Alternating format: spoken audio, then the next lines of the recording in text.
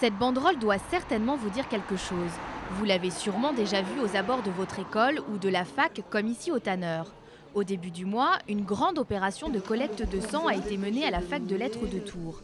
L'objectif, conquérir les étudiants. Mais certains ont souvent peur de faire le premier pas. Ce jour-là, Jennifer Brûlé l'a fait.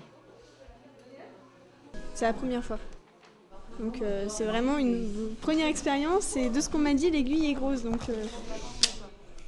Inspirez. Ah oui. Ah oui, mais par contre, c'est vrai qu'elle est comme ça. Oui, mais est-ce que vous avez dit ça va avant d'avoir regardé l'aiguille? Oui. C'était bien.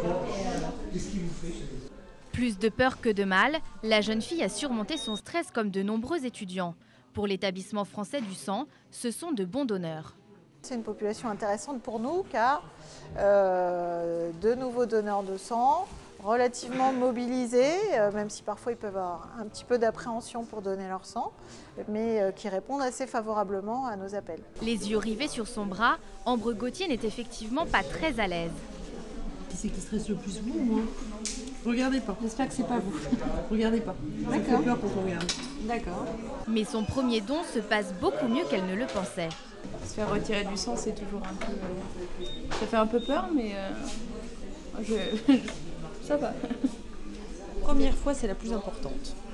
Parce qu'on a peur, c'est légitime d'avoir peur, on a peur de l'aiguille qui est grosse, on a peur de... Et puis après, vous avez vu, pour cette jeune fille, elle avait peur et regardez comme elle a l'air contente, ça s'est bien passé. C'est la peur du sang, la peur du sang c'est quelque chose que beaucoup de gens ont et qui finalement se surmonte. À la fin, Ambre est soulagée. Elle retrouve le sourire et elle est satisfaite.